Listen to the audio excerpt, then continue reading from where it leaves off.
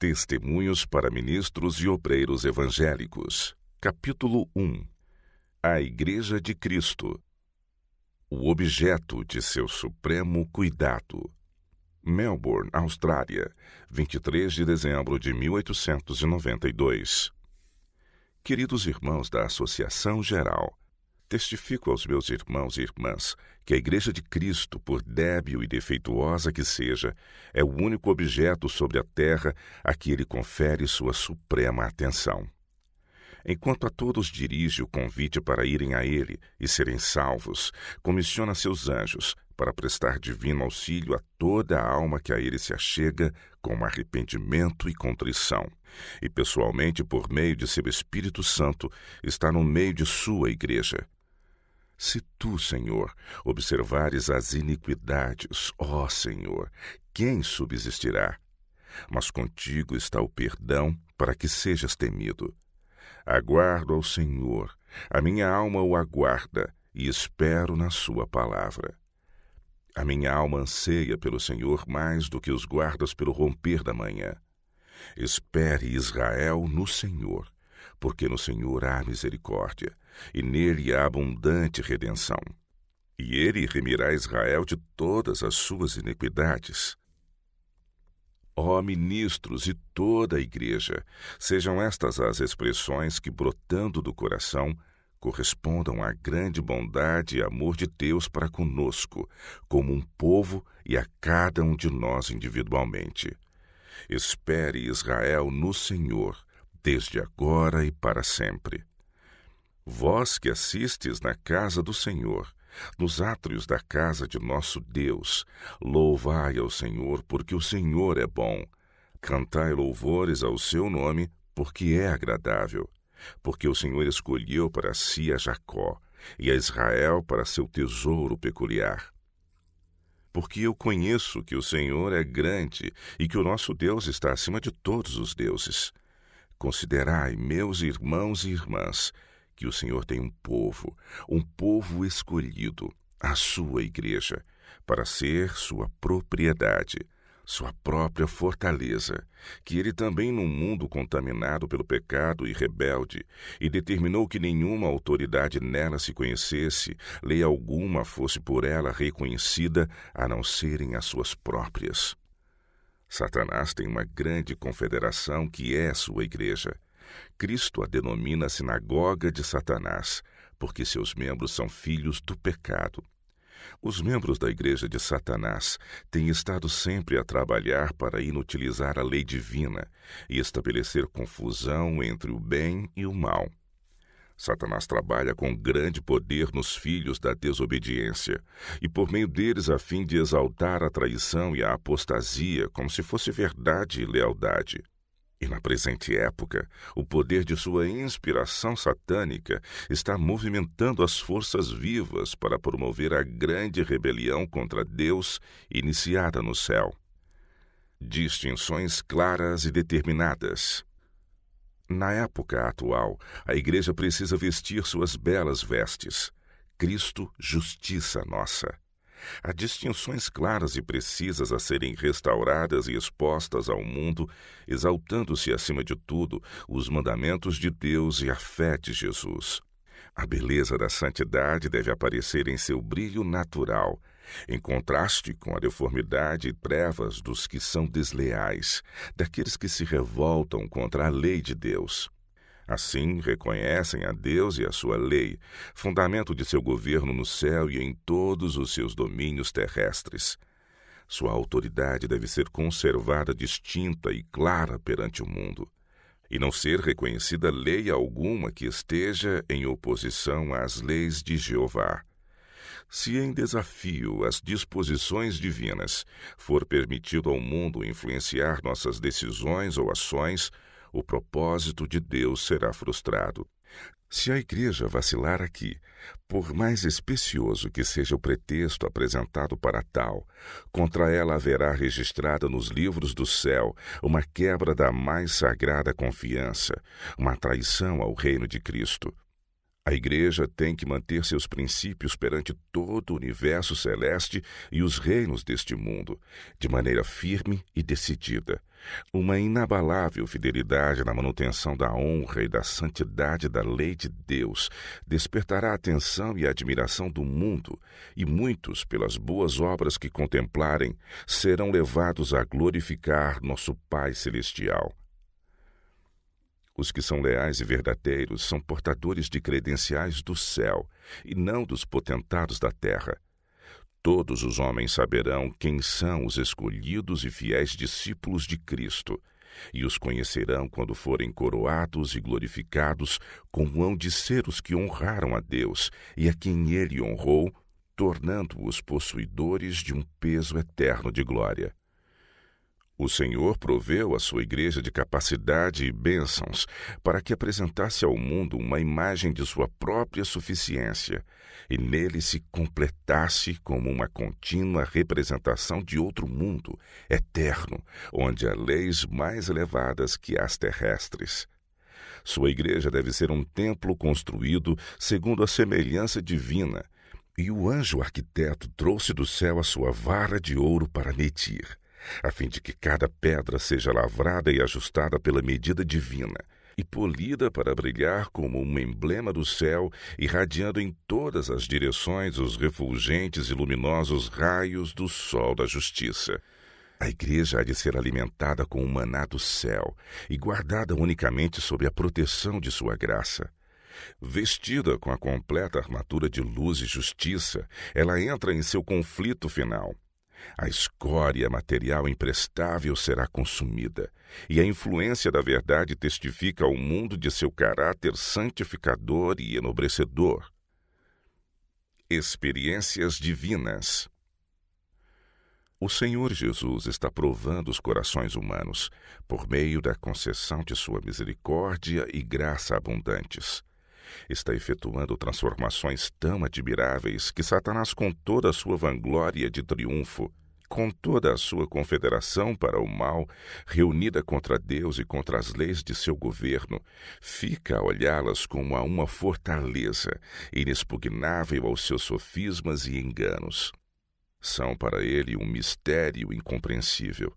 Os anjos de Deus, serafins e querubins, potestades encarregadas de cooperar com as forças humanas, veem com admiração e alegria que homens decaídos, que eram filhos da ira, estejam por meio do ensino de Cristo, formando caráter segundo a semelhança divina, para serem filhos e filhas de Deus e desempenharem um papel importante nas ocupações e prazeres do céu. À sua igreja deu Cristo amplas possibilidades para que viesse a receber de sua possessão resgatada e comprada um grande tributo de glórias.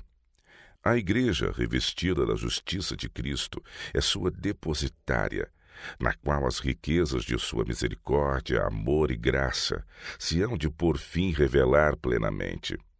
A declaração que fez em sua oração intercessora de que o amor do Pai é tão grande para conosco, como para consigo mesmo na qualidade de Filho unigênito, e que estaremos com Ele onde estiver, e que seremos um com Cristo e o Pai, é uma maravilha para a hoste celestial e constitui sua grande alegria. O dom de seu Espírito Santo, rico, pleno e abundante, deve ser para sua igreja semelhante a uma protetora muralha de fogo, contra que não prevalecerão os poderes do inferno.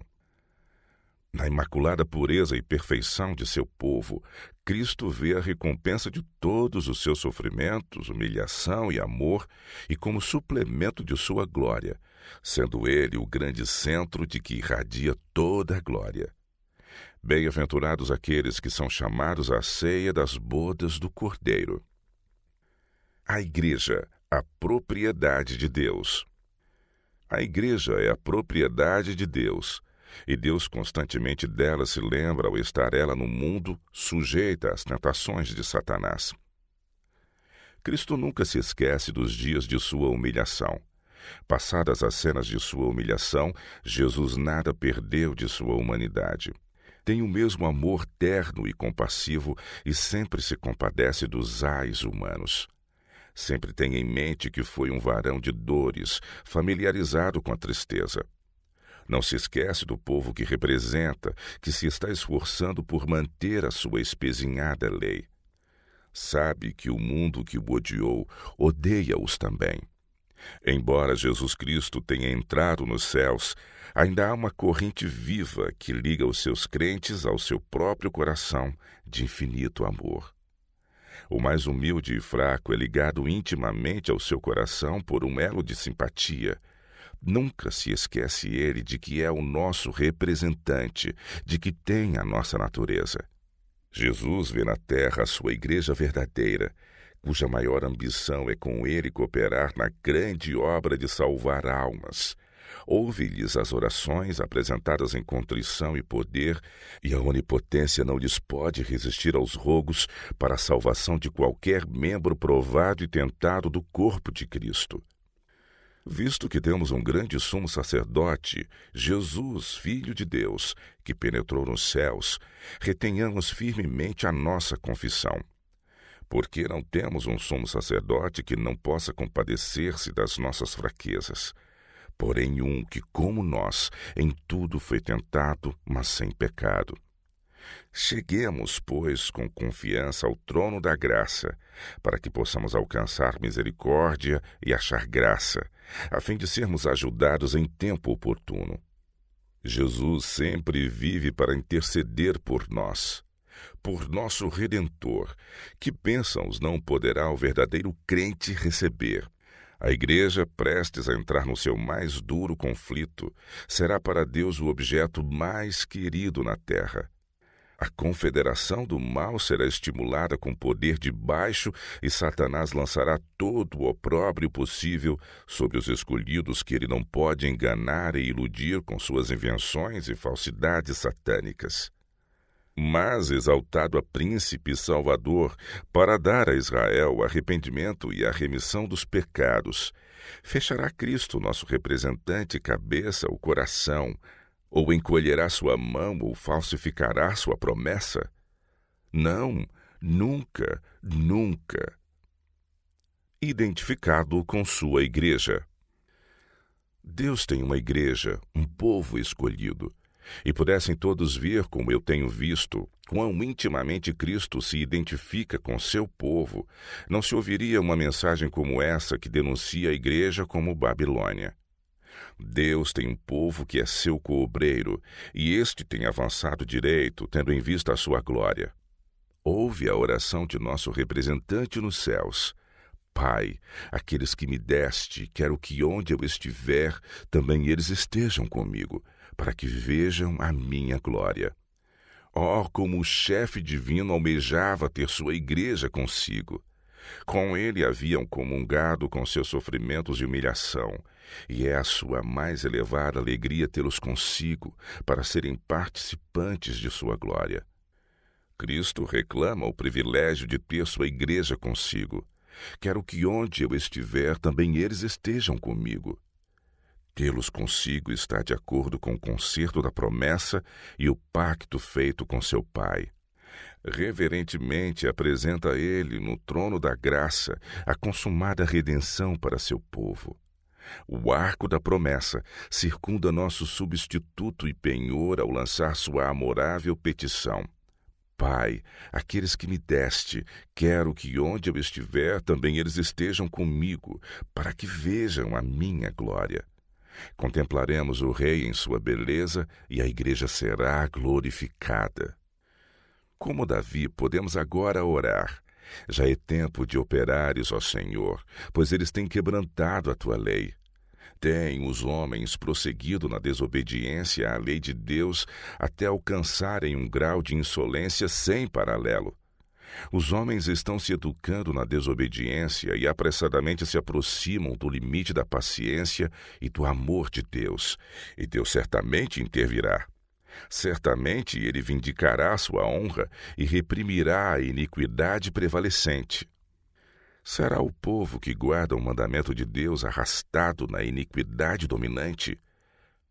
Por ser a lei de Deus alvo de escárnio universal, serão tentados a pensar menos nessa lei, que é o fundamento de seu governo, tanto no céu como na terra? Não, para sua igreja, sua lei se torna mais preciosa, santa e digna de honra, ao lançarem os homens sobre ela escárnio e desprezo. Como Davi, podem dizer: eles têm quebrantado a tua lei. Pelo que amo os teus mandamentos mais do que o ouro, e ainda mais do que o ouro fino. Por isso tenho em tudo como retos os teus preceitos, e aborreço toda a falsa vereda.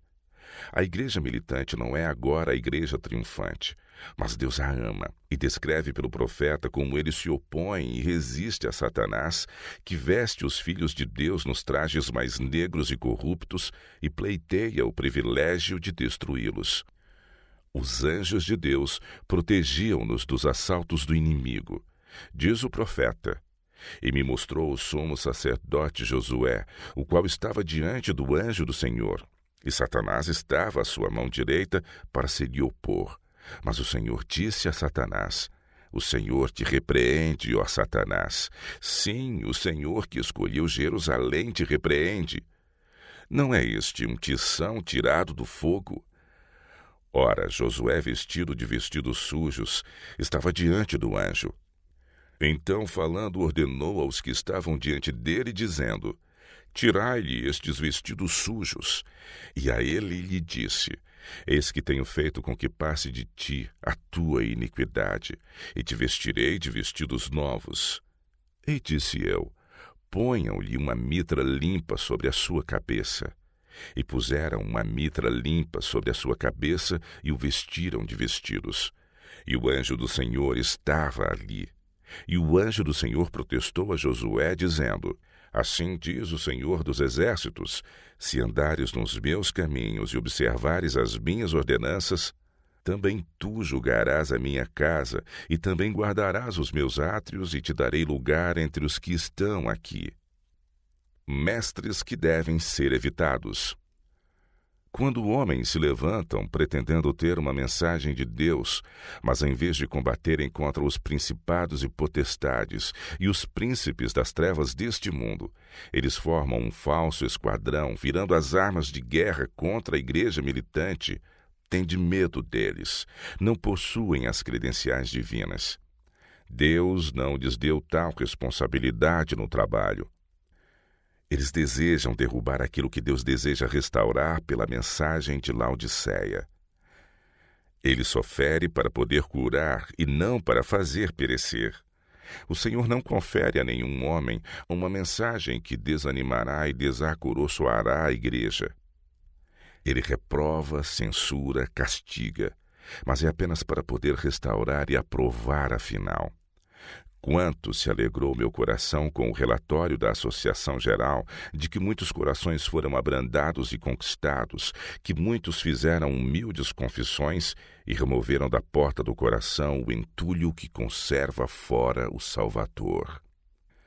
Como é que estes folhetos que denunciam a Igreja Adventista do Sétimo Dia como Babilônia se espalharam por toda a parte no mesmo tempo em que a Igreja estava recebendo o derramamento do Espírito de Deus? Como é que os homens podem ser tão enganados que imaginem consistir o alto clamor em retirar o povo de Deus da comunhão de uma igreja que está gozando um período de refrigério? Oh, que essas almas enganadas entrem na corrente e recebam a bênção e sejam dotadas de poder do alto. Todo professor deve ser um discípulo, a fim de que os seus olhos possam ser ungidos para ver as evidências do avanço da verdade de Deus.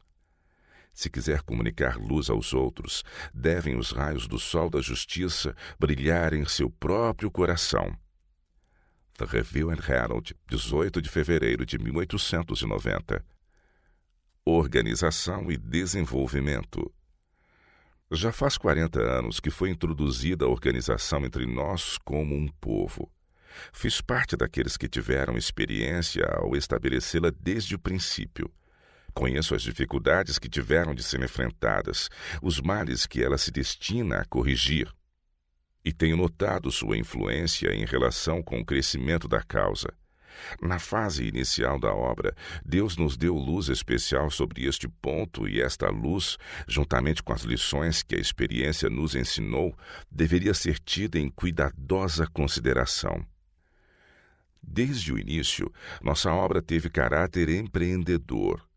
Reduzido era o nosso número, e em sua maior parte procedente das classes pobres. Nossas ideias eram quase desconhecidas do mundo. Não tínhamos casas de culto, possuíamos poucas publicações e reduzidíssimos recursos para levar avante a nossa obra. As ovelhas estavam esparsas pelas estradas e caminhos, nas cidades, aldeias e matas. Os mandamentos de Deus e a fé de Jesus eram a nossa mensagem. Unidade de fé e de doutrina. Meu esposo, juntamente com os pastores José Bates, Stephen Peirce, Irã Edson e outros que eram fervorosos, nobres e fiéis, estavam entre os que, depois da passagem do tempo em 1844, buscaram a verdade como a um tesouro escondido. Reuníamo-nos sentindo angústia de alma, a fim de orar para que fôssemos um na fé e doutrina, pois sabíamos que Cristo não está dividido. Cada vez tomávamos um ponto para assunto de nossa investigação. Abriam-se as Escrituras com sentimento de temor. Jejuávamos frequentemente, a fim de pôr-nos em melhor disposição para compreender a verdade. Se depois de fervorosa oração não compreendíamos algum ponto, o discutíamos e cada qual exprimia livremente sua opinião. De novo, então, nos curvávamos em oração, e ardentes súplicas ascendiam ao céu para que Deus nos ajudasse a ver de uma mesma maneira, para que fôssemos um como Cristo e o Pai são um. Muitas lágrimas eram derramadas. Assim passávamos muitas horas. Algumas vezes passávamos a noite toda em solene investigação das Escrituras, para compreender a verdade para o nosso tempo. Em algumas ocasiões, o Espírito de Deus descia sobre mim, e porções difíceis eram esclarecidas pelo modo indicado por Deus, e havia então perfeita harmonia. Éramos todos de um mesmo pensamento e espírito. Procurávamos muito ansiosamente que as Escrituras não fossem torcidas para adaptarem-se às opiniões de qualquer pessoa. Procurávamos fazer com que nossas divergências de opiniões fossem tão pequenas quanto possível, não insistindo nós sobre pontos que eram de menos importância, a respeito dos quais havia opiniões divergentes. A preocupação de toda a alma, porém, era promover entre os irmãos uma condição que correspondesse à oração de Cristo para que seus discípulos pudessem ser um, assim como o são ele e o Pai. Algumas vezes, um ou dois irmãos obstinadamente se punham à opinião apresentada e agiam de acordo com os sentimentos naturais do coração. Quando, porém, essa disposição aparecia, suspendíamos nossas investigações e adiávamos a reunião para que cada um tivesse a oportunidade de buscar a Deus em oração e, sem consulta com o outrem, estudasse o ponto de divergência, rogando luz do céu. Com expressões de amizade nos despedíamos, para de novo reunirmos-nos tão breve quanto possível para mais investigações. Por vezes o poder de Deus descia sobre nós de uma maneira assinalada, e quando a clara luz revelava os pontos da verdade, chorávamos e regozijávamos-nos juntamente. Amávamos a Jesus e amávamos-nos uns aos outros. O nosso número aumentava gradualmente. A semente lançada era regada por Deus, que a fazia crescer. A princípio, reuníamos-nos para o culto e apresentávamos a verdade àqueles que vinham para ouvir em casas particulares, em celeiros, bosques e edifícios escolares. Não demorou muito, porém, e pudemos construir humildes casas de oração. A adoção da ordem eclesiástica. Aumentando o nosso número, tornou-se evidente que sem alguma forma de organização haveria grande confusão e a obra não seria levada avante com êxito. A organização era indispensável para prover a manutenção do ministério, para levar a obra a novos campos, para proteger dos membros indignos tanto as igrejas como os ministros, para a conservação da propriedade da igreja, para a publicação da verdade pela imprensa e para muitos outros fins. Havia, no entanto, entre nosso povo um forte sentimento contrário à organização. Os adventistas do primeiro dia opunham-se à organização e a maior parte dos adventistas do sétimo dia entretinham as mesmas ideias. Buscamos o Senhor em oração fervorosa para que pudéssemos compreender sua vontade, e seu Espírito nos iluminou, mostrando-nos que deveria haver ordem e perfeita disciplina na igreja, e era essencial a organização. Método e ordem manifestam-se em todas as obras de Deus em todo o universo. A ordem é a lei do céu, e deveria ser a lei do povo de Deus sobre a terra. Tivemos uma árdua luta para estabelecer a organização. Apesar de o Senhor dar testemunho após testemunho a esse respeito, a oposição era forte e teve de ser enfrentada repetidas vezes. Sabíamos, porém, que o Senhor Deus de Israel nos estava dirigindo e guiando pela sua providência. Empenhamo-nos na obra da organização, e uma evidente prosperidade acompanhou esse movimento progressista. Como o desenvolvimento da obra nos impelisse a novos empreendimentos, dispusemo-nos a começá-los. O Senhor nos dirigiu o Espírito para a importância da obra educativa. Vimos a necessidade de escolas para que nossos filhos pudessem receber instrução isenta dos erros da falsa filosofia e sua educação estivesse em harmonia com os princípios da Palavra de Deus. A necessidade de instituições de saúde fora-nos encarecida para auxílio e instrução de nosso próprio povo e como meio de beneficiar e esclarecer a outros. Este empreendimento foi também levado avante. Tudo isto era obra missionária da mais elevada espécie. Os resultados do esforço conjunto. Nossa obra não era mantida por grandes donativos ou legados, pois poucos homens abastados tínhamos entre nós. Qual é o segredo de nossa prosperidade? Temo-nos movido sob as ordens do príncipe de nossa salvação. Deus nos tem abençoado os esforços unidos. A verdade tem se espalhado e florescido. Tem se multiplicado as instituições. A semente de mostarda cresceu até tornar-se uma grande árvore. O sistema da organização alcançou êxito grandioso. Foi adotada a contribuição sistemática segundo o plano bíblico. O corpo foi ligado pelo auxílio de todas as juntas. Na medida do avanço feito, ficou provado ser eficiente o nosso sistema de organização. Ninguém acaricie o pensamento de que podemos dispensar a organização. A ereção dessa estrutura custou-nos muito estudo e orações em que rogávamos sabedoria e as quais sabemos que Deus ouviu. Foi edificada sob sua direção por meio de muito sacrifício e contrariedades. Nenhum de nossos irmãos esteja tão iludido que tente derribá-la, pois acarretaria assim um estado de coisas que nem é possível imaginar. Em nome do Senhor declaro-vos que ela há de ser firmemente estabelecida, robustecida e consolidada. Ao mando de Deus, ide, avançamos quando as dificuldades a serem superadas faziam com que o avanço parecesse impossível. Sabemos quanto custou no passado executar os planos de Deus, que fizeram de nós o povo que somos. Portanto, cada um tenha o máximo cuidado para não conturbar a mente no tocante a estas coisas que Deus ordenou para a nossa prosperidade e êxito no avançamento de sua causa. Os anjos trabalham harmonicamente. Perfeita ordem caracteriza todos os seus movimentos. Quanto mais aproximadamente imitarmos a harmonia e ordem da hoste angélica, tanto maior êxito terão os esforços desses agentes celestiais em nosso favor. Se não virmos necessidade de ação harmônica e formos desordenados, indisciplinados e desorganizados em nossa maneira de agir, os anjos que são perfeitamente organizados e se movem em perfeita ordem não poderão com êxito trabalhar por nós. Afastar-se-ão pesarosos, pois não estão autorizados a abençoar a confusão, distração e desorganização. Todos os que desejarem a cooperação dos mensageiros celestiais devem trabalhar em harmonia com eles.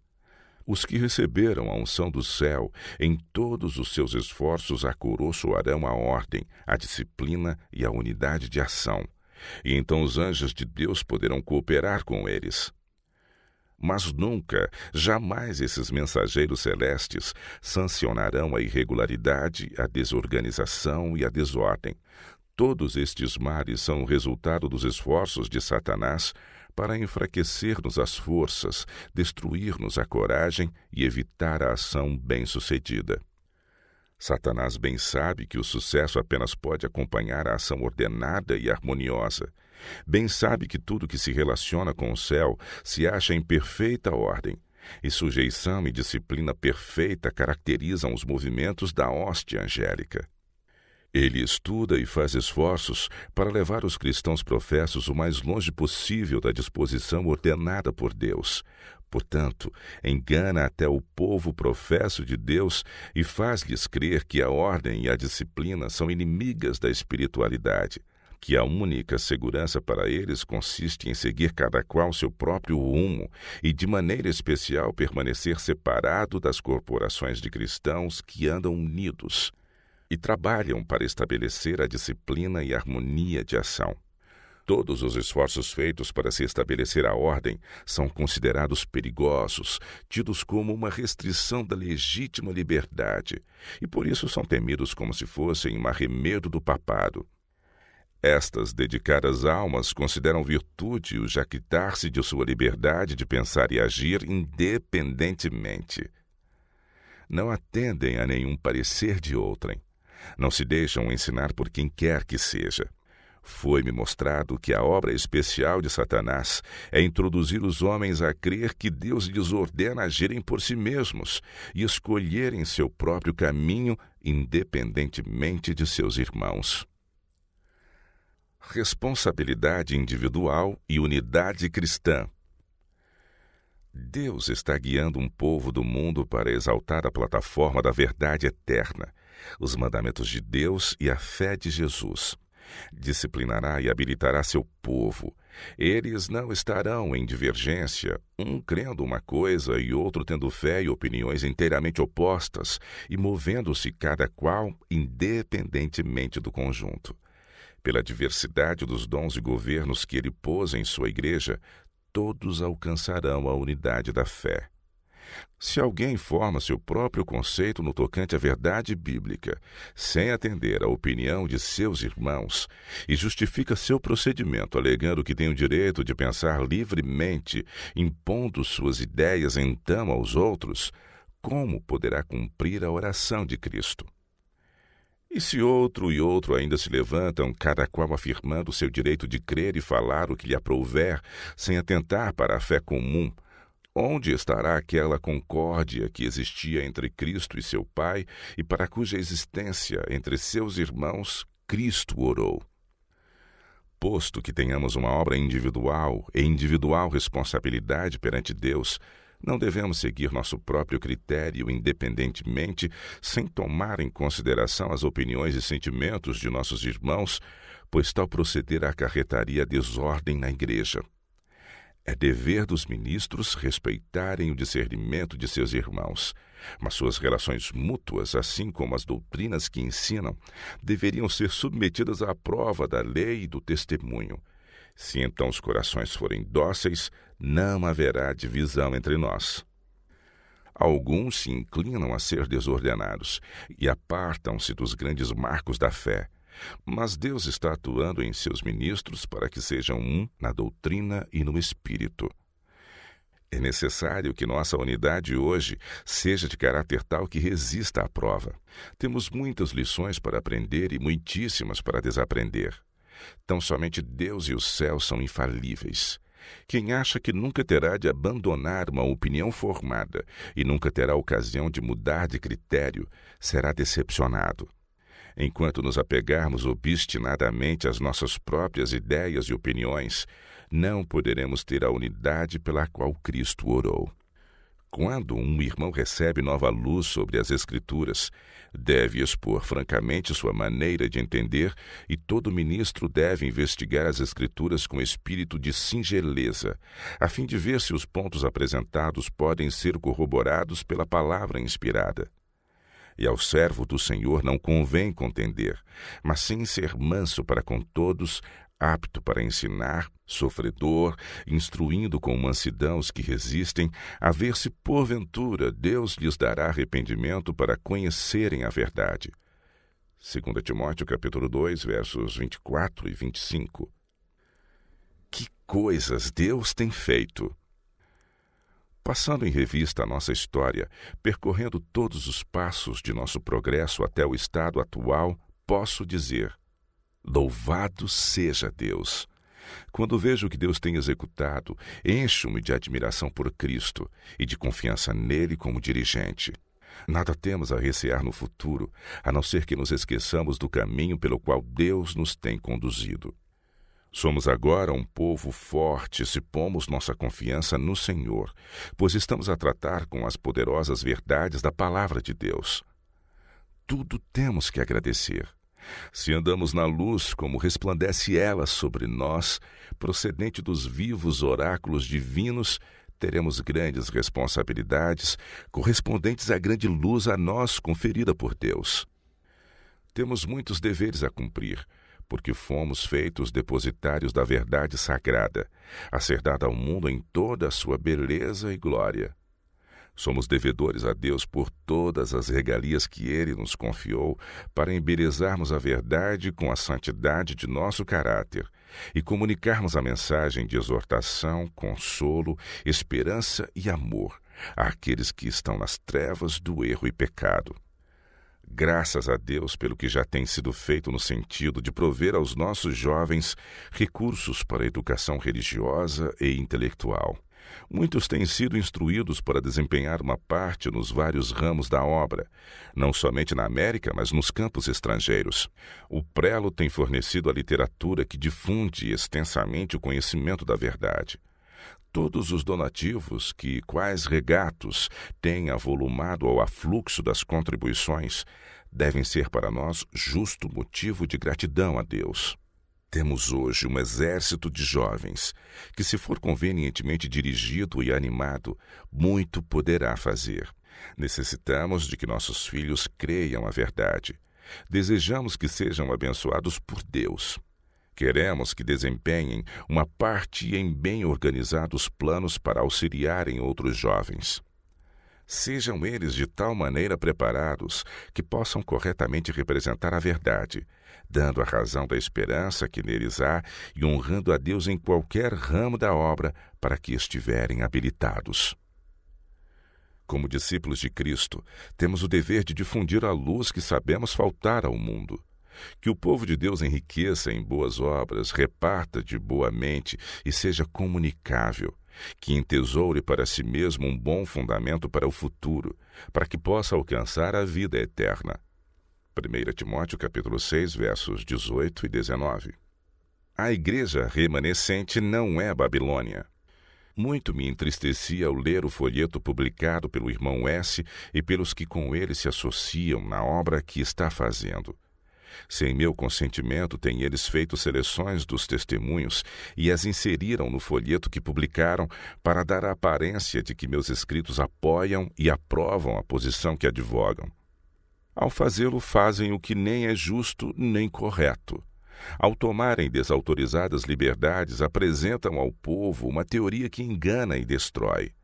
Em tempos passados, muitos outros fizeram a mesma coisa e deram a parecer que os testemunhos apoiavam posições que eram insustentáveis e falsas.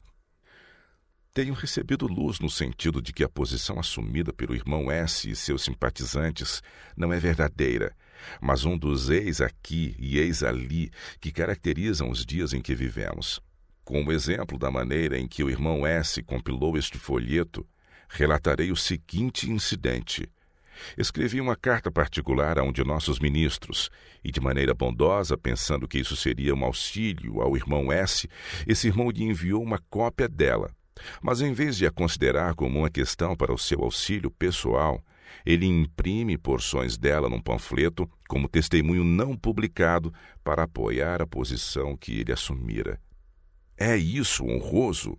Nada há no testemunho para apoiar a posição mantida pelo irmão S., mas ele faz mau uso disto, como muitos fazem com as Escrituras, para prejuízo de sua própria alma e da dos outros. Deus julgará os que tomam desautorizada liberdade, fazendo uso de meios desonrosos com o fim de dar caráter e influência àquilo que eles consideram como sendo uma verdade. Usando uma carta particular enviada a outra pessoa, abusa o irmão S dos bondosos esforços enviados por alguém que o desejava ajudar. As facções que publicaram folhetos sobre o alto clamor e a queda de todas as igrejas evidenciam que o Espírito Santo de Deus não está operando com eles. Por seus frutos os conhecereis. Os que recebem os folhetos que advogam essa falsa posição terão a impressão de que eu a apoio e de que estou unida com esses obreiros na proclamação daquilo que eles chamam a nova luz. Sei que sua mensagem está misturada com a verdade, mas a verdade é mal aplicada e torcida pela sua ligação com o erro. Quero dizer ao irmão que enviou a esses homens a cópia da carta que eu lhe escrevi, que nenhum pensamento tenho de censurá-lo e ninguém deve fazer-lhe a mínima censura quanto a este assunto. Se eu fizesse um mau juízo e o censurasse, quando seus motivos e intenções eram bons, incorreria no desagrado de Deus.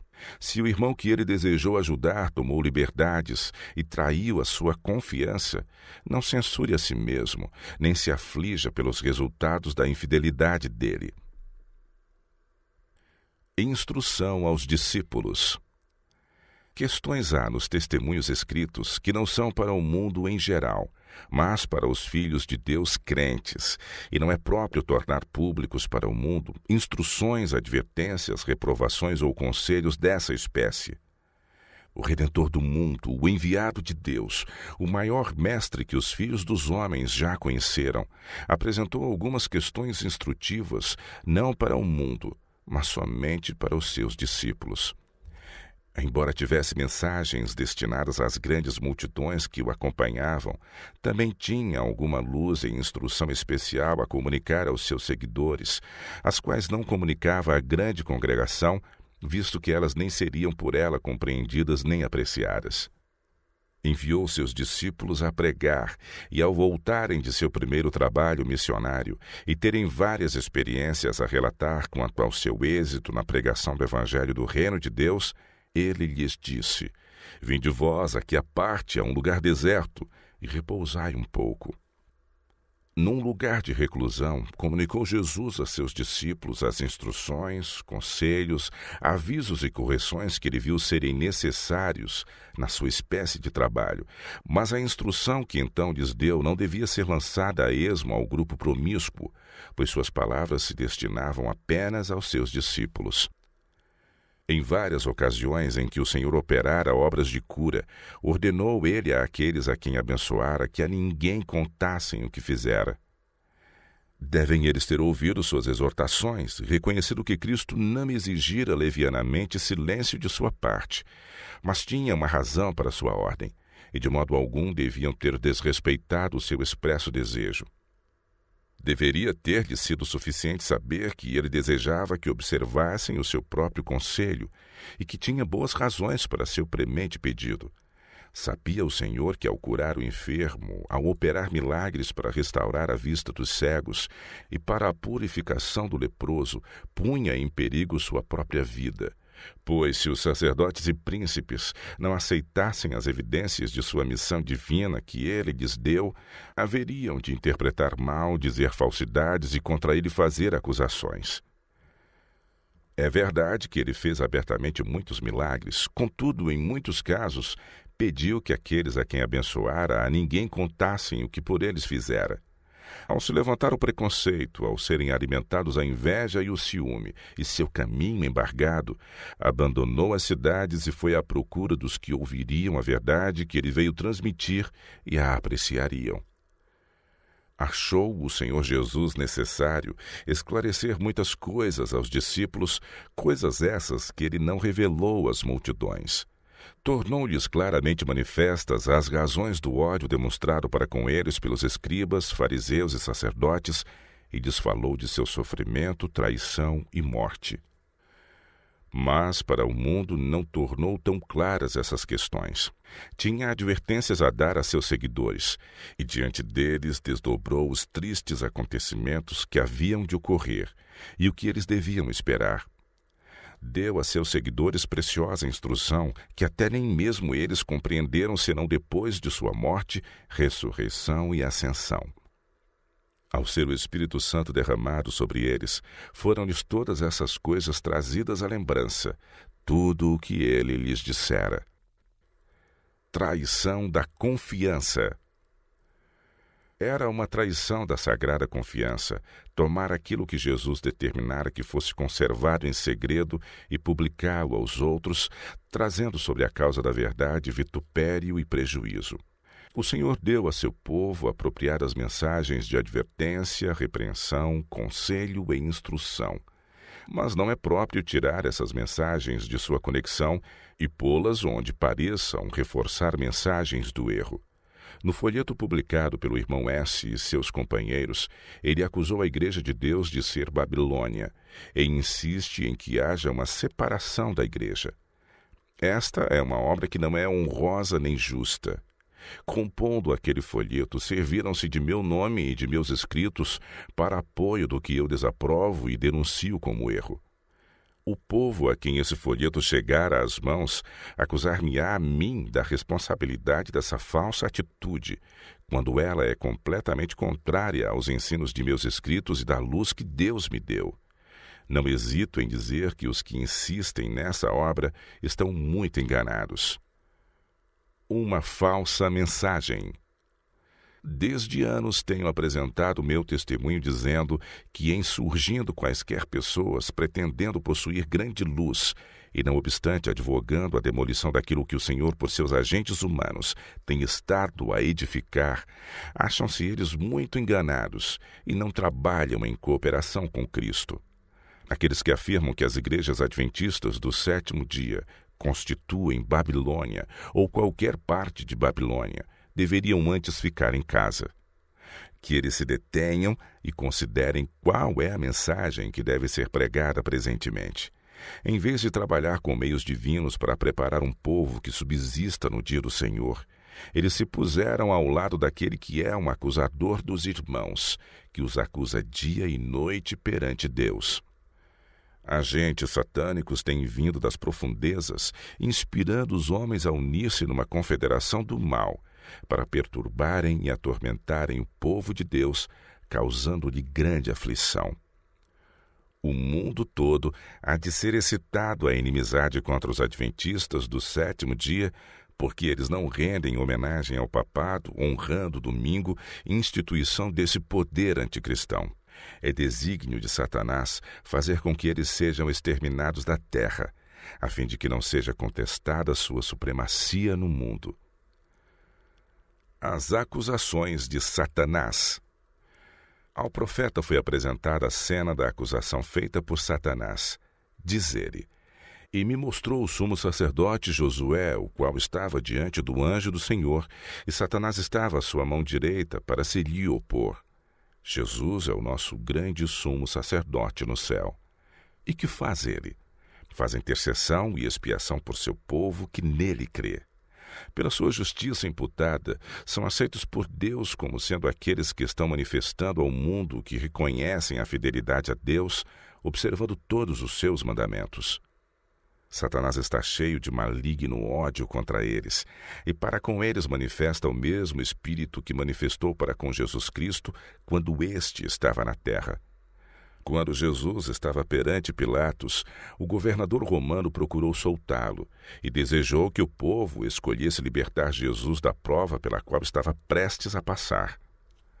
Apresentou à multidão que clamava o Filho de Deus e o criminoso Barrabás e perguntou: Qual quereis que vos solte? Barrabás ou Jesus chamado Cristo? E eles disseram: Barrabás. Disse-lhes Pilatos: Que farei então de Jesus chamado Cristo? Disseram-lhe todos: Seja crucificado.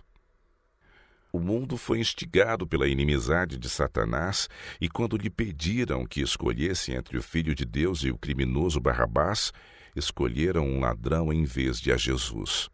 As multidões ignorantes foram levadas pelo raciocínio enganoso dos que estavam em posição elevada a rejeitar o Filho de Deus e a escolher em seu lugar um ladrão e assassino. Lembremos-nos todos de que ainda estamos num mundo em que Jesus, o Filho de Deus, foi rejeitado e crucificado, em que ainda repousa a culpa de desprezar a Cristo e preferir um ladrão ao imaculado Filho de Deus. A menos que individualmente nos arrependamos diante de Deus devido à transgressão de sua lei e exerçamos fé em nosso Senhor Jesus Cristo, a quem o mundo tem rejeitado, estaremos sob a absoluta condenação que o ato de escolher a Barrabás em vez de a Cristo merece. Todo o mundo está hoje sob a acusação de deliberada rejeição e assassínio do Filho de Deus. A palavra de Deus registra que judeus e gentios, reis, governadores, ministros, sacerdotes e o povo, todas as classes e seitas que revelam o mesmo espírito de inveja, ódio, preconceito e descrença, manifestados pelos que levaram à morte o Filho de Deus, caso lhes fosse concedida a oportunidade, desempenhariam a mesma parte desempenhada pelos judeus e pelo povo do tempo de Cristo. Participariam do mesmo espírito que exigiu a morte do Filho de Deus. Na cena que representa a obra de Cristo em nosso favor e a determinada acusação de Satanás contra nós, Josué figura como sumo sacerdote e roga em favor do povo que guarda os mandamentos de Deus. Ao mesmo tempo, apresenta a Satanás o povo de Deus como sendo grandes pecadores e apresenta diante de Deus a lista dos pecados que ele os tentou a cometer durante toda a vida e insiste em que, devido às suas grandes transgressões, sejam eles entregues nas suas mãos para serem destruídos. Insiste em que não sejam protegidos pelos anjos ministradores contra a confederação do mal. Está enfurecido porque não pode unir o povo de Deus nos laços do mundo para lhe prestar completa obediência. Reis, legisladores e governadores têm colocado sobre si o estigma do anticristo e são representados pelo dragão que sai a guerrear contra os santos, contra os que guardam os mandamentos de Deus e têm a fé de Jesus. Em sua inimizade contra o povo de Deus, também se revelam culpados da escolha de Barrabás em vez de Cristo. O mundo é chamado às contas. Deus tem uma controvérsia contra o mundo. Quando se assentar o juízo e se abrirem os livros, terá ele terríveis contas a ajustar. O que faria agora o mundo temer e tremer não estivessem os homens cegados e enfeitiçados pelas ilusões e enganos satânicos. Deus pedirá contas ao mundo da morte de seu Filho unigênito, a quem em todos os intentos e propósitos o mundo crucifica de novo e expõe ao opróbrio ao perseguir o seu povo. O mundo tem rejeitado a Cristo na pessoa de seus santos, tem desprezado as mensagens ao recusar receber as mensagens dos profetas, apóstolos e mensageiros. Tem rejeitado aos que são colaboradores de Cristo, e disso terá de dar contas. Satanás está à testa de todos os acusadores dos irmãos, mas ao apresentar ele os pecados do povo de Deus, que lhe responde o Senhor? Diz: o Senhor te repreenda, não a Josué, que é o representante do provado e escolhido povo de Deus, mas, ó Satanás, sim, o Senhor que escolheu Jerusalém te repreende. Não é este um tição tirado do fogo? Ora, Josué, vestido de vestidos sujos, estava diante do anjo. Satanás representara o escolhido e leal povo de Deus como estando cheio de corrupção e pecado. Podia descrever os pecados específicos de que se haviam tornado culpados. Não havia ele posto em ação toda a confederação do mal para levá-los a esses mesmos pecados por meio de suas artes sedutoras? Mas se haviam arrependido. Haviam aceito a justiça de Cristo. Estavam, portanto, diante de Deus trajando as vestes da justiça de Cristo.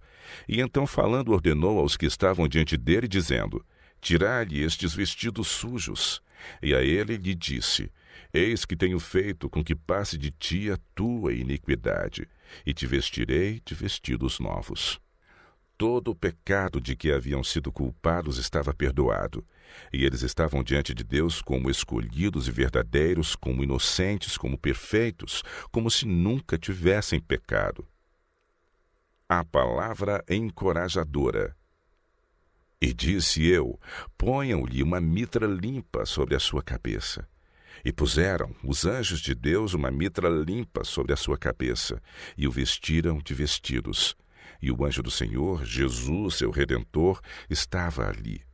E o anjo do Senhor protestou a Josué, dizendo: assim diz o Senhor dos Exércitos: se andares nos meus caminhos e se observares as minhas ordenanças, também tu julgarás a minha casa, e também guardarás os meus átrios, e te darei lugar entre os que estão aqui. Gostaria que todos os que dizem crer na verdade presente pensassem seriamente nas coisas maravilhosas apresentadas neste capítulo. Embora o povo de Deus seja débil e cercado de fraquezas, os que se voltam da deslealdade para com Deus nesta geração ímpia e perversa e retornam à lealdade, permanecendo firmes na vindicação da lei de Deus, tapando a brecha feita pelo homem do pecado sob a direção de Satanás, serão considerados filhos de Deus e pela justiça de Cristo estarão perfeitos diante de Deus. A verdade não jazerá sempre no pó para ser espezinhada pelos homens. Será magnificada e feita honrosa. Ainda se levantará e brilhará em todo o seu natural esplendor e permanecerá firme para sempre e sempre. As palavras de acusação não vêm de Deus. Deus tem um povo em que todo o céu se acha interessado, e eles são o único objeto na terra precioso ao coração de Deus. Que todos os que lerem estas palavras lhes deem toda a consideração, pois em nome de Jesus desejo com elas impressionar cada alma.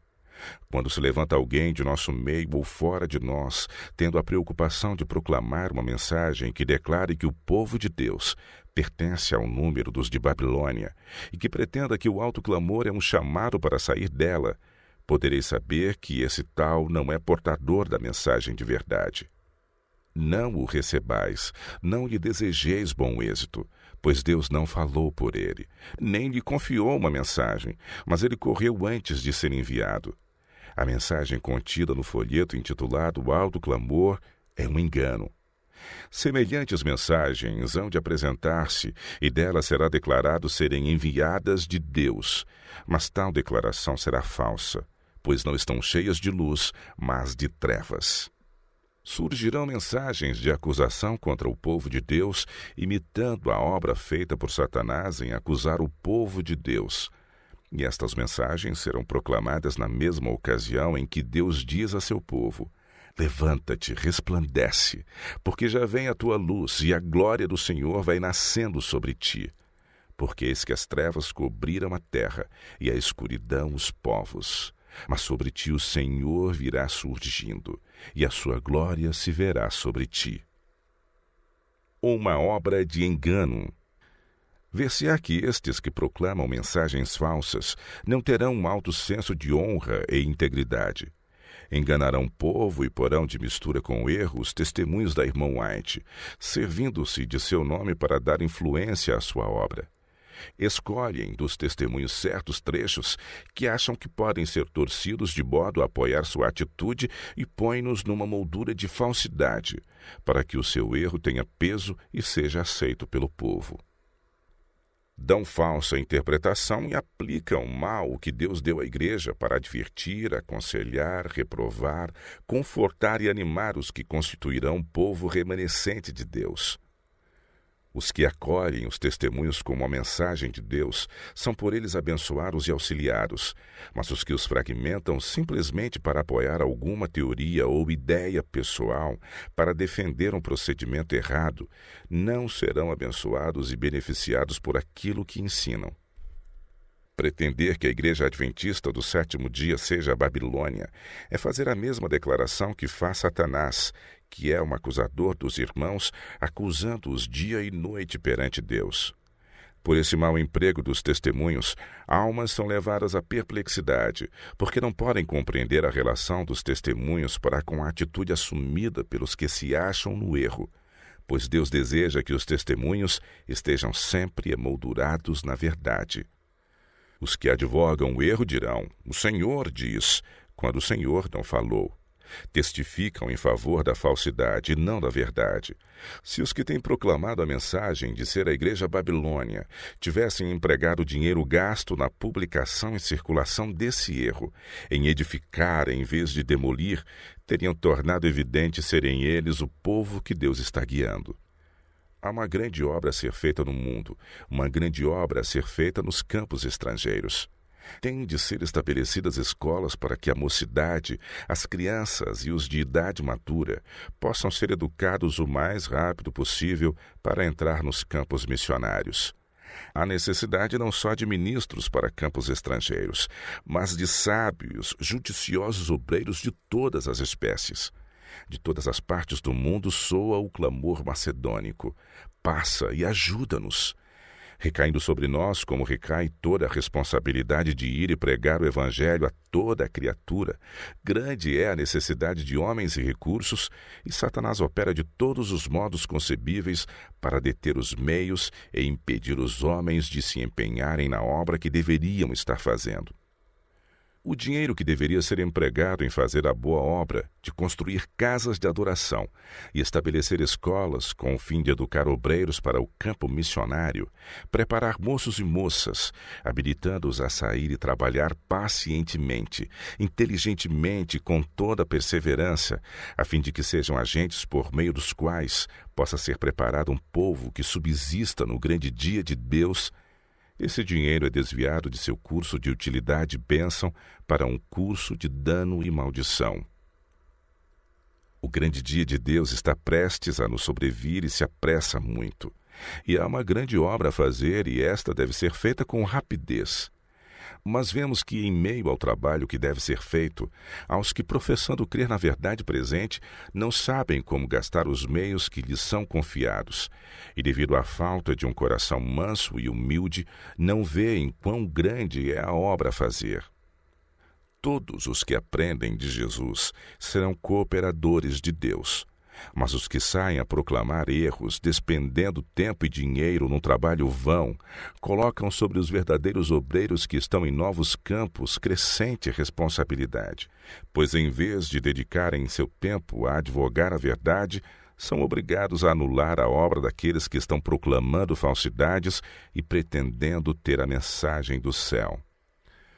Se os que têm feito esta espécie de trabalho tivessem sentido a necessidade de atender à oração que Cristo fez a seu Pai, justamente antes da crucifixão, que os discípulos de Cristo fossem um como ele e o Pai eram um, não estariam desperdiçando os meios que lhes foram confiados e que são tão necessários ao avanço da verdade. Não estariam gastando precioso tempo e habilidade na disseminação do erro, necessitando assim de que o tempo do obreiro seja dedicado à anulação e extinção de sua influência. Trabalho dessa espécie não tem a inspiração de cima, mas de baixo. Quem há entre vós que tema a Jeová e ouça a voz de seu servo? Quando andar em trevas e não tiver luz nenhuma, confie no nome do Senhor e firme-se sobre o seu Deus. Eis todos vós que acendeis fogo e vos cinges com faíscas. Andai entre as labaredas do vosso fogo e entre as faíscas que acendestes. Isto vos vem da minha mão, e em tormentos jazereis. A mensagem dada por aqueles que proclamam que a igreja é Babilônia tem dado a impressão de que Deus não tem uma igreja na terra. Uma igreja viva. Não tem Deus uma igreja viva? Ele tem uma igreja, mas esta é a igreja militante e não a igreja triunfante. Entristecemo-nos de que haja membros defeituosos, de que haja joio no meio do trigo. Jesus disse: o reino dos céus é semelhante ao homem que semeia boa semente no meio do campo. Mas dormindo os homens veio o seu inimigo, e semeou o joio no meio do trigo e retirou-se. E os servos do pai de família, indo ter com ele, disseram-lhe: Senhor, não semeaste tu no teu campo boa semente? Por que tem então joio? E ele lhes disse: um inimigo é quem fez isso. E os servos lhe disseram: quereis, pois, que vamos arrancá-lo?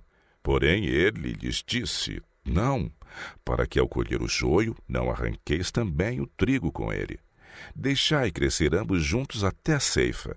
E por ocasião da ceifa, direi aos ceifeiros: colhei primeiro o joio, e atai-o em molhos para o queimar, mas o trigo ajuntai-o no meu celeiro. Na parábola do trigo e do joio, vemos a razão de o joio não ser arrancado. Era para que o trigo não fosse desarraigado também com o joio. A opinião e o juízo humanos ocasionariam graves erros. Mas para que não se cometesse um erro e uma simples haste de trigo fosse desarraigada, diz o mestre: deixai crescer ambos juntos até a ceifa. Então os anjos arrancarão o joio, que será destinado à destruição. Conquanto em nossas igrejas, que pretendem crer em verdades avançadas, haja pessoas em faltas e erros como o joio em meio do trigo, Deus é longânimo e paciente. Ele reprova e adverte o errante, mas não destrói os que são vagarosos em aprender a lição que lhes quer ensinar. Ele não desarraiga o joio no meio do trigo. O joio e o trigo devem crescer juntos até a ceifa, quando o trigo chegar ao seu completo desenvolvimento, e pelo caráter que apresentar quando amadurecido, ele se distinguirá perfeitamente do joio. A Igreja de Cristo na Terra será imperfeita, mas Deus não destrói sua Igreja por causa de sua imperfeição. Tem havido e haverá os que se acham possuídos de zelo, mas não com entendimento, os quais desejam purificar a igreja e desarraigar o joio do meio do trigo. Mas Cristo proveu luz especial quanto à maneira de tratar os que erram e os inconversos na igreja. Não devem os membros da igreja tomar alguma resolução espasmódica, zelosa, precipitada, ao excluir os que eles porventura considerem de caráter defeituoso. O joio aparecerá entre o trigo, mas causaria maior dano extirpá-lo, a menos que fosse do modo designado por Deus, do que deixá-lo crescer. Ao mesmo tempo que o Senhor traz para a igreja os verdadeiramente convertidos, Satanás traz para sua comunhão pessoas não convertidas. Enquanto Cristo semeia a boa semente, Satanás semeia o joio. Duas influências oponentes se exercem continuamente sobre os membros da igreja. Uma influência opera a favor da purificação da igreja e a outra a favor da corrupção do povo de Deus. A Judas deram-se oportunidades. Jesus sabia que Judas tinha defeitos de caráter, mas não obstante ele o aceitou como discípulo e proporcionou-lhe os mesmos privilégios e oportunidades que proporcionara aos outros que escolhera. Judas ficou sem desculpa para a má conduta que depois seguiu. Ele poderia ter se tornado um obrador da palavra, como foram depois Pedro, Tiago e João e os outros discípulos. Jesus ministrou preciosas lições de instrução, de modo que os que com ele se associavam poderiam ter se convertido, não tendo necessidade de apegar-se aos defeitos que lhes manchavam o caráter. A igreja não é perfeita. Algumas pessoas parecem pensar que, ao entrar na igreja, ser-lhes-ão cumpridas as expectativas, e só encontrarão os que são puros e perfeitos. São zelosas na fé e, ao verem faltas dos membros da igreja, dizem: abandonamos o mundo para não nos associarmos com pessoas de mau caráter, mas aqui também está o mal, e perguntam, como os servos da parábola: por que tem então joio? Mas não precisamos ficar assim desapontados, pois o Senhor não nos autorizou a chegar à conclusão de que a igreja é perfeita. E todo o nosso zelo não terá êxito em tornar a igreja militante tão pura como a igreja triunfante. O Senhor nos proíbe proceder de qualquer maneira violenta contra aqueles que julgamos estarem em erro, e não devemos espalhar excomunhões e denúncias contra os que estão em falta. O homem finito é propenso a julgar mau caráter. Mas Deus não deixou a obra de julgar e de fazer pronunciamentos sobre o caráter com aqueles que para isto não estão preparados. Não devemos dizer o que constitui o trigo e o que constitui o joio. O tempo da colheita determinará completamente o caráter das duas classes especificadas sob a figura de joio e de trigo. A obra de separação é dada aos anjos de Deus e não entregue nas mãos de qualquer homem. A falsa doutrina é uma das influências satânicas que opera na igreja, e para ela traz aqueles cujo coração não está convertido. Os homens não obedecem às palavras de Jesus Cristo, buscando assim a unidade na fé, no espírito e na doutrina. Não pelejam pela unidade do Espírito, pela qual Cristo orou e que tornaria o testemunho dos discípulos de Cristo eficiente em convencer o mundo de que Deus enviara seu Filho ao mundo para que todo aquele que nele crê não pereça, mas tenha a vida eterna. Se entre os filhos de Deus houvesse a união porque Cristo orou, dariam eles um testemunho vivo e irradiariam resplendente luz que brilhasse entre as trevas morais do mundo. A Satanás é permitido tentar. Em vez da unidade que devia existir entre os crentes, há desunião, pois a Satanás é permitido entrar e, pelos seus especiosos enganos e ilusões, leva ele os que de Cristo não estão aprendendo a mansidão e humildade de coração, a seguir um rumo diferente da igreja e, se possível, a quebrar-lhes a união. Levantam-se homens que falam coisas perversas para atrair discípulos para si. Pretendem que Deus lhes deu grande luz, mas como agem sob sua influência? Seguem eles a atitude assumida pelos 2 discípulos na viagem para Emaús? Ao receberem a luz, voltaram e foram ao encontro daqueles a quem Deus guiara e ainda estava guiando, e lhes contaram como haviam visto a Jesus e com ele tinham falado. Têm os homens que pretendem ter luz contra a igreja assumido tal atitude? Têm-se eles dirigido aos escolhidos de Deus para dar um testemunho vivo e dar-lhes evidências de que esta luz melhor os habilitaria a preparar um povo para subsistir no grande dia de Deus? Têm eles buscado o conselho dos que deram e ainda estão dando a verdade, transmitindo ao mundo a última mensagem de advertência?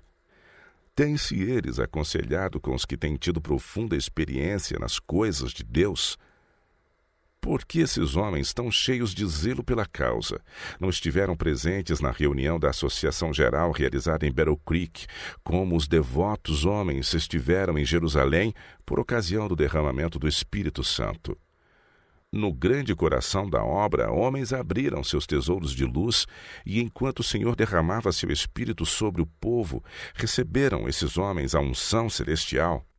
Enquanto se manifestavam entre o povo profundos toques do Espírito de Deus, e almas eram convertidas e corações endurecidos quebrantados, haviam os que davam ouvidos às sugestões de Satanás, e estes eram inspirados com o zelo que vem de baixo para saírem proclamando que o próprio povo que estava recebendo o Espírito Santo e que devia receber a chuva serôdia e a glória que deve iluminar todo o mundo era a Babilônia. Deu o Senhor a esses mensageiros sua mensagem? Não, pois essa não era uma mensagem verdadeira. A igreja é a luz do mundo. Embora existam males na igreja e tenham de existir até o fim do mundo, a igreja destes últimos dias há de ser a luz do mundo poluído e desmoralizado pelo pecado.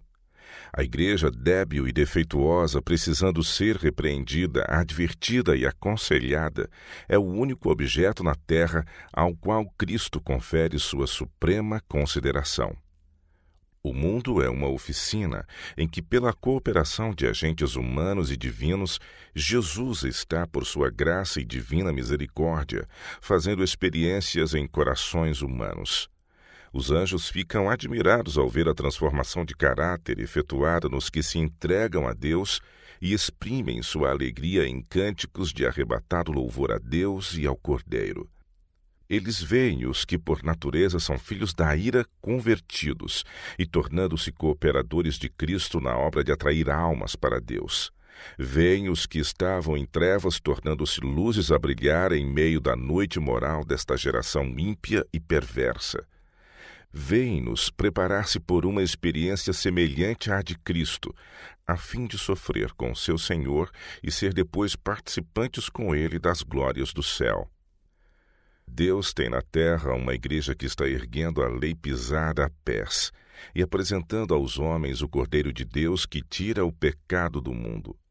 A igreja é depositária das abundantes riquezas da graça de Cristo, e pela igreja será finalmente exibida a última e plena manifestação do amor de Deus ao mundo, que deve ser iluminado com sua glória. A oração de Cristo de que a igreja fosse uma, como ele e o Pai eram um, será afinal atendida. Será conferido o rico dom do Espírito Santo e, por seu constante suprimento aos filhos de Deus, tornar-se-ão eles testemunhas no mundo do poder de Deus para a salvação. No mundo só existe uma igreja que presentemente se acha na brecha, tapando o muro e restaurando os lugares assolados. E todo homem que chamar a atenção do mundo e de outras igrejas para esta igreja, denunciando-a como Babilônia, está trabalhando de acordo com aquele que é o acusador dos irmãos. Será possível que dentro de nós se levantem homens que falem coisas perversas, propagando os mesmos sentimentos que Satanás deseja ver disseminados no mundo, com referência aos que guardam os mandamentos de Deus e têm a fé de Jesus? Porventura não há trabalho bastante para satisfazer vosso zelo na apresentação da verdade aos que se acham nas trevas do erro? Como os que foram constituídos mordomos de haveres e habilidades, tendes empregado mal os bens do vosso Senhor, disseminando o erro. Todo o mundo está cheio de ódio contra os que proclamam a obrigatoriedade da lei de Deus, e a igreja que for leal a Jeová terá de empenhar-se num conflito mais que ordinário. Não temos que lutar contra a carne e o sangue, mas sim contra os principados, contra as potestades, contra os príncipes das trevas deste século, contra as hostes espirituais da maldade nos lugares celestiais. Os que tiverem alguma compreensão do que significa esse conflito, não voltarão suas armas contra a igreja militante, mas com todas as suas forças hão de lutar pelo povo de Deus contra a confederação do mal.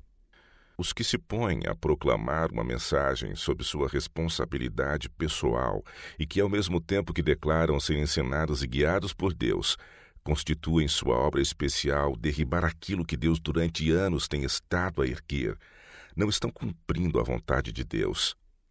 Saiba-se que esses homens se encontram do lado do grande enganador. Não os creiais. Estão se aliando com os inimigos de Deus e da verdade. Porão a ridículo a ordem estabelecida no ministério, considerando-a um sistema eclesiástico imperialista. Afastai-vos desses. Não tenhais comunhão com sua mensagem, por muito que eles citem os testemunhos e atrás deles busquem entrincheirar-se. Não os recebais, pois Deus não os incumbiu dessa obra. O resultado de semelhante obra será a incredulidade nos testemunhos e, nos limites do possível, tornarão sem efeito a obra que por anos tenho estado a fazer.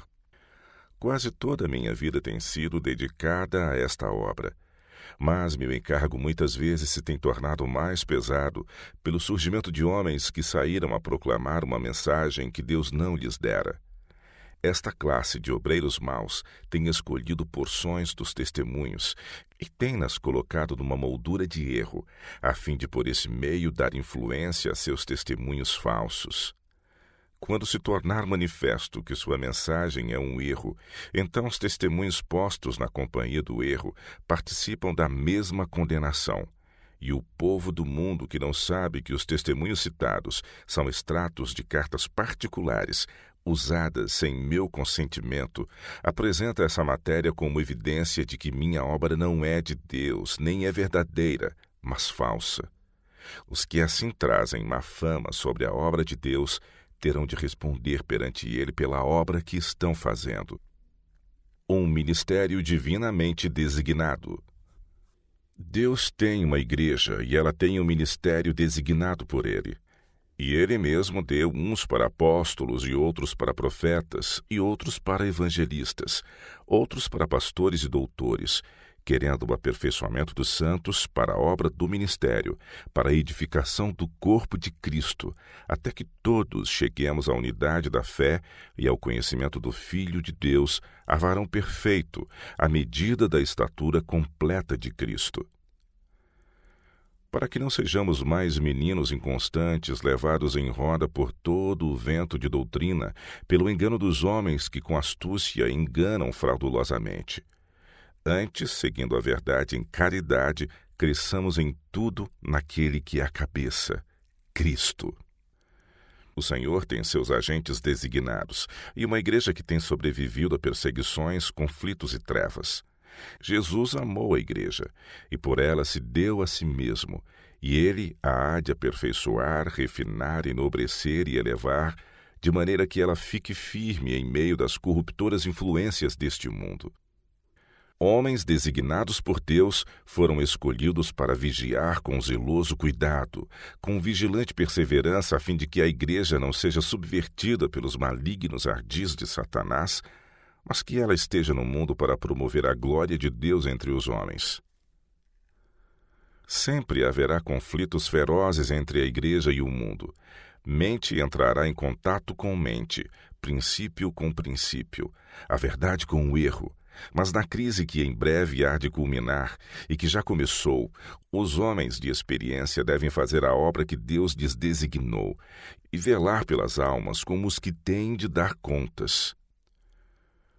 Os que estão levando esta mensagem errada, denunciando a igreja como sendo Babilônia, negligenciam a obra que Deus lhes determinou fazer, estão em oposição à organização, opõem-se à clara ordem de Deus, pronunciada por Malaquias com relação a trazer todos os dízimos ao tesouro da casa de Deus, e imaginam ter uma obra a fazer no sentido de advertir aqueles a quem Deus escolheu para levar avante sua mensagem de verdade. Esses obreiros não estão trazendo maior eficiência à causa e ao reino de Deus, mas estão empenhados numa obra idêntica àquela em que o inimigo de toda a justiça se empenha. Que estes homens que se levantam contra os meios e modos ordenados por Deus para levar avante sua obra nestes dias perigosos se despojem de todos os pontos de vista não escriturísticos quanto à natureza, ofício e poder dos agentes designados por Deus. Compreendam todos as palavras que agora escrevo. Os que são coobreiros de Deus são apenas instrumentos seus, e em si mesmos não possuem graça ou santidade essenciais. Unicamente quando estão cooperando com os seres celestiais é que têm êxito. São apenas vasos terrenos, os depositários aos quais Deus confia o tesouro de sua verdade. Poderá Paulo plantar, Apolo regar, mas é Deus tão somente que dá o crescimento. Deus fala por meio dos agentes por ele designados, e que nenhum homem nem grupo de homens insultem o Espírito de Deus, recusando-se a ouvir a mensagem da palavra divina dos lábios de seus mensageiros escolhidos. Recusando-se a ouvir a mensagem de Deus, fecham-se os homens num aposento de trevas, excluem sua própria alma das grandes bênçãos e roubam a Cristo da glória que lhe deveria ser dada, mostrando desrespeito para com os agentes que designou. Acautelai-vos contra os falsos mestres. Deus não é autor de confusão, mas de paz. Mas Satanás é inimigo vigilante que não dorme, sempre a trabalhar sobre mentes humanas, procurando solo para semear seu joio. Se encontra alguém a quem possa empurrar para o seu serviço, sugere-lhe ideias e teorias falsas, tornando-o zeloso em advogar o erro. A verdade não só converte, mas também opera a purificação do que a recebe. Jesus nos advertiu contra os falsos mestres. Desde o princípio de nossa obra, tem de quando em quando surgido homens a advogarem teorias novas e sensacionais. Mas se os que alegam crer na verdade se dirigissem aos que têm experiência e se aproximassem da palavra de Deus, num espírito dócil e humilde, examinando suas teorias à luz da verdade e com o auxílio dos irmãos que têm sido diligentes estudantes das Escrituras, e ao mesmo tempo suplicassem a Deus perguntando: é este o caminho do Senhor ou é uma vereda falsa para a qual Satanás me quer levar? Então receberiam luz e escapariam do laço do passarinheiro. Precavenham-se todos os nossos irmãos e irmãs de qualquer que marque tempo para o Senhor cumprir sua palavra a respeito de sua vinda, ou acerca de qualquer outra promessa de especial importância por ele feita. Não vos pertence saber os tempos ou as estações que o Pai estabeleceu pelo seu próprio poder. Falsos mestres podem parecer muito zelosos na obra de Deus e podem despender meios para apresentar ao mundo e à igreja suas teorias, mas como misturam o erro com a verdade, sua mensagem é de engano e levará almas para veredas falsas. Deve-se-lhes fazer oposição, não porque sejam homens maus, mas porque são mestres de falsidade e procuram colocar sobre a falsidade o sinete da verdade. Que lástima darem-se homens a tais trabalhos para descobrir alguma teoria errônea, quando existe abundância de preciosas gemas da verdade, pelas quais o povo pode ser enriquecido da mais santa fé. Em vez de ensinar a verdade, deixam a imaginação demorar-se naquilo que é novo e estranho, e lançam-se em desarmonia com aqueles que Deus usa para levar seu povo para a plataforma da verdade. Lançam de lado tudo o que já foi dito acerca da unidade de sentimento e pensamento e pisam sobre a oração de Cristo como se a unidade em favor da qual orou não fosse essencial e não houvesse necessidade de serem os seus seguidores um como ele é um com o Pai. Escapam pela tangente e, como Jeú, convidam seus irmãos a seguirem seu exemplo de zelo pelo Senhor. Se seu zelo os levasse a trabalhar no mesmo rumo em que trabalham seus irmãos, que têm suportado o calor e fadiga do dia, se fossem tão perseverantes como eles para vencer desânimos e obstáculos, bem poderiam então ser imitados e Deus os aceitaria. Mas merecem ser condenados os homens que iniciam uma proclamação de possuírem maravilhosa luz e ao mesmo tempo puxam em sentido contrário aos agentes guiados por Deus. Foi este o procedimento de Coré, Datã e Abirã, e sua conduta se acha registrada como advertência a todos os outros. Não devemos fazer o que eles fizeram, acusar e condenar aqueles sobre os quais Deus colocou o peso da obra. Os que têm proclamado ser a Igreja Adventista do Sétimo Dia, Babilônia, têm feito uso dos testemunhos para dar à sua atitude um aparente apoio. Mas por que é que não apresentaram aquilo que por anos tem sido a preocupação de minha mensagem, a unidade da Igreja? Por que não citaram as palavras do anjo, univos, univos, univos? Por que não repetiram a advertência, nem declararam o princípio de que na união há força, na divisão há fraqueza? São mensagens como as que esses homens têm proclamado, que dividem a Igreja e trazem sobre nós opróbrio perante os inimigos da verdade. E nessas mensagens se revela claramente a astuta operação do grande enganador que quer impedir a Igreja de alcançar a perfeição na unidade. Esses mestres seguem as labaredas de seu próprio fogo, agem segundo seu próprio juízo independente e embaraçam a verdade com falsas noções e teorias. Rejeitam o conselho de seus irmãos e avançam em seu próprio caminho até se tornarem justamente o que Satanás deseja, de espírito desequilibrado. Advirto meus irmãos a que se guardem contra a operação de Satanás em todas as formas. O grande adversário de Deus e do homem exulta hoje por ter tido êxito em iludir almas e em desviar seus meios e habilidade para condutos danosos. Seu dinheiro poderia ter sido empregado em promover a verdade presente, mas em vez disso foi expendido em apresentar noções que não têm base na verdade. Outro exemplo. Em 1845, um homem chamado Curtis fez obra semelhante no estado de Massachusetts. Apresentou uma falsa doutrina, entretecendo em suas teorias sentenças e trechos dos testemunhos, e publicou-as no The Star e em folhetos. Durante anos, essas produções trouxeram seus frutos daninhos, acarretando opróbrio sobre os testemunhos que, como um todo, de modo algum apoiavam sua obra. Meu marido escreveu-lhe, perguntando-lhe o que intencionava, apresentando os testemunhos entretecidos com suas próprias palavras em apoio daquilo a que nos opunhamos, e solicitou-lhe que corrigisse a impressão que seu trabalho causara. Ele se recusou terminantemente a fazê-lo, dizendo que suas teorias eram verdades e que as visões deviam ter corroborado seus pontos de vista, e que elas virtualmente as apoiavam, mas que eu me esquecera de escrever os assuntos que explanavam suas teorias.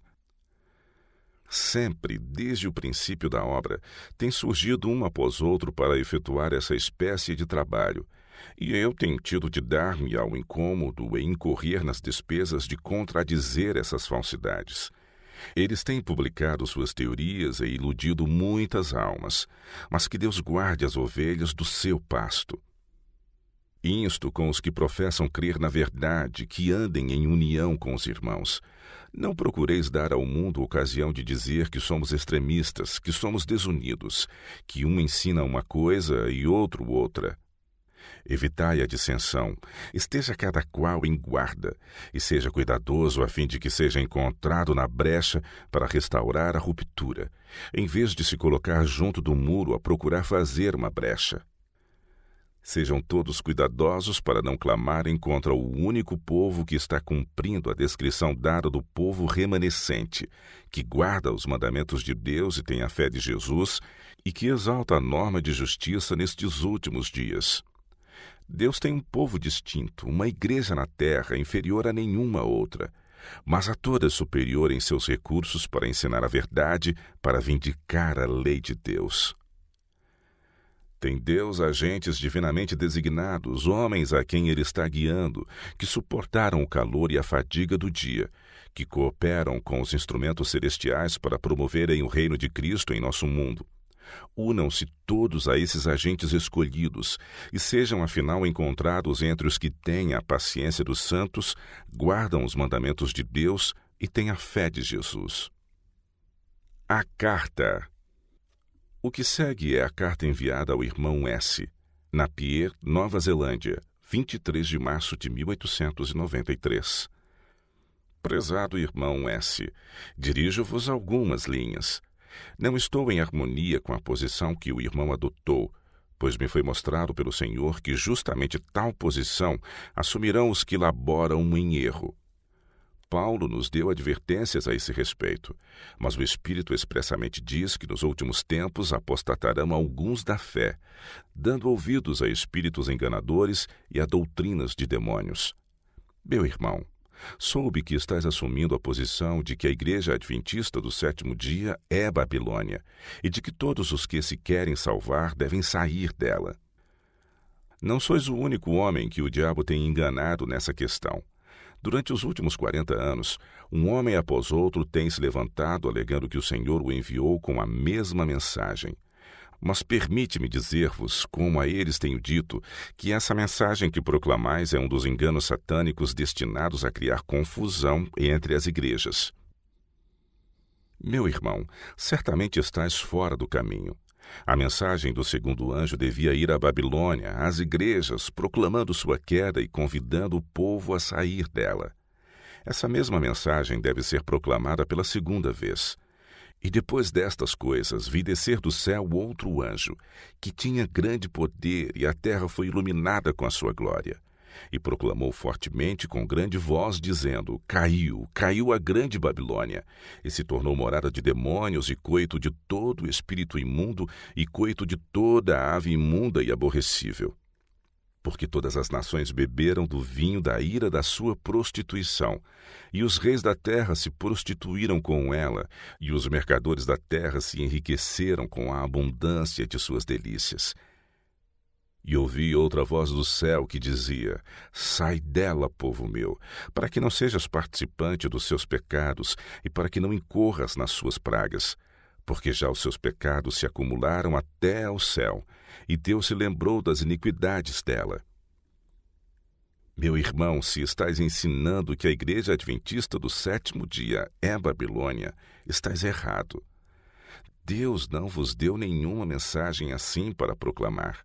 Satanás usará toda pessoa que possa ter acesso, inspirando homens a criar falsas teorias ou a se desviar por qualquer tangente errada para dar origem a um falso excitamento e assim desviar as almas do verdadeiro assunto para este tempo.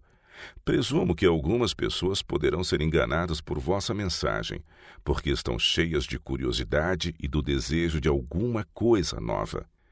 Entristece-me verdadeiramente ser desenganado de qualquer maneira pelas sugestões do inimigo, pois sei que a teoria que advogais não é verdade. Apresentando as ideias que apresentais, causareis grande prejuízo tanto a vós mesmo como aos outros. Não procureis interpretar mal, torcer e perverter os testemunhos para justificar qualquer mensagem de erro. Muitos já têm passado por esse terreno e têm causado grande mal. Ao saírem outros precipitadamente, cheios de zelo, para proclamar essa mensagem vez após vez, foi-me mostrado não ser ela a verdade. Compreendo que também estás proclamando que não devemos dar o dízimo. Meu irmão, tirai o sapato de vossos pés, pois o lugar em que estais é terra santa. O Senhor falou com relação a dar os dízimos. Ele disse: trazei todos os dízimos à casa do tesouro, para que haja mantimento na minha casa. E depois fazei prova de mim, diz o Senhor dos Exércitos, se eu vos não abrir as janelas do céu e não derramar sobre vós uma bênção tal, que dela vos advenha a maior abastança. Mas ao mesmo tempo em que pronuncia uma bênção sobre todos os que trazem seus dízimos, pronuncia uma maldição sobre os que os retêm. Muito recentemente tive luz direta do Senhor sobre essa questão, a de que muitos adventistas do sétimo dia estavam roubando a Deus nos dízimos e ofertas, e me foi claramente revelado que Malaquias apresentou o caso como ele realmente é. Como ousa, então, o homem até mesmo pensar em seu coração que uma sugestão para reter os dízimos e ofertas vem do Senhor? Onde, meu irmão, vos desviastes do caminho? Oh, ponde os vossos pés de novo no caminho reto. Estamos perto do fim, mas se vós ou qualquer outro homem fordes seduzidos pelo inimigo e levados a estabelecer o tempo para a vinda de Cristo, estareis fazendo o mesmo mau trabalho que causou a ruína da alma dos que isto fizeram no passado. Se estiverdes levando o jugo de Cristo, se estiverdes levantando sua carga, vereis que há muito a fazer nos mesmos ramos em que os servos de Deus estão trabalhando, em pregar a Cristo e este crucificado. Mas qualquer que se lance a proclamar uma mensagem que anuncia a hora, o dia ou o ano do aparecimento de Cristo, tomou um jugo e está proclamando uma mensagem que o Senhor nunca lhe deu. Deus tem na terra uma igreja que é seu povo escolhido, que guarda os seus mandamentos. Ele está guiando não ramificações transviadas, não um aqui e outro ali, mas um povo. A verdade é um poder santificador. Mas a igreja militante não é a igreja triunfante. Há joio entre o trigo. Queres, pois, que vamos arrancá-lo? Foi a pergunta do servo. Mas o pai de família respondeu: não, para que ao colher o joio não arranqueis também o trigo com ele. A rede do evangelho apanha não só peixes bons, mas também ruins, e só o Senhor sabe quem são os seus. É nosso dever individual andar humildemente com Deus.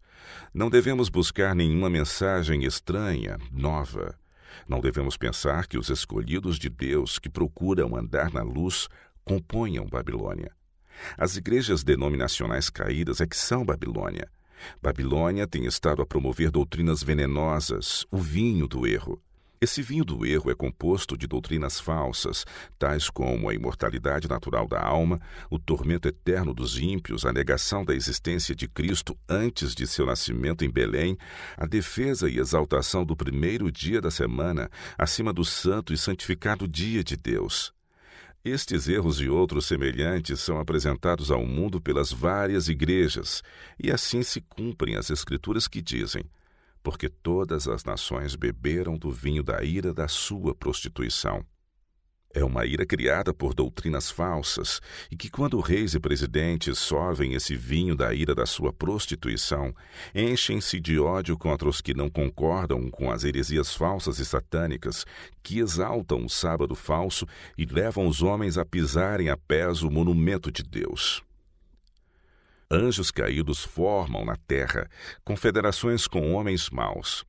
Nessa época aparecerá o anticristo como o Cristo verdadeiro. E então a lei de Deus será anulada completamente entre as nações do mundo. Sazonará a rebelião contra a santa lei de Deus. Mas o verdadeiro chefe de toda essa rebelião é Satanás, disfarçado em anjo de luz. Os homens serão iludidos e o exaltarão ao lugar de Deus, deificando-o. Mas a onipotência intervirá, e as igrejas apostatadas que se unirem na exaltação de Satanás, se expedirá a sentença. Portanto, num dia virão as suas pragas, a morte e o pranto e a fome, e será queimada no fogo, porque é forte o Senhor Deus que a julga. O alvo da pregação não é apenas prestar informação nem meramente convencer o intelecto. A pregação da palavra deve apelar ao intelecto e comunicar conhecimento. Deve ela, porém, fazer mais do que isto. As palavras do ministro devem alcançar o coração dos ouvintes. The Review and Herald, 22 de dezembro de 1904.